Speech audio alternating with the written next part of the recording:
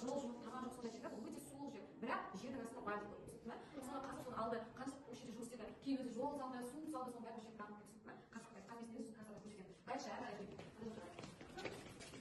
бүкіл ғалымдары осы жерде олар қазір түсінді ме? Қасына жасап жоқ, бірақ ғалымдар осы жерде олар. 64 жылға қайтыс болды. Сіздер математикаға сабақ оқисыздар ғой, иә? Жақсы қалғанда осындай алгебра деген сабақ оқысыздар математикада. Сол алгебра кітабын ең алғаш қазақ тілінде жазған осы Қаныш Сәтпаев. Бір кітаптың 642 деп жазған, міндетті түрде жазған. Түсінікті ме? Ең алғашқы алгебра кітабы. Қаныш Сәтпаевтар ысқақов жердің астына қалады, көмір, көмір емес, соны ұстайды. Ысқақ қойған себебі. Даже су жоқ дейді ма қазақстанда? Сол жерді қазір даже су шығарған, түсінікті ме?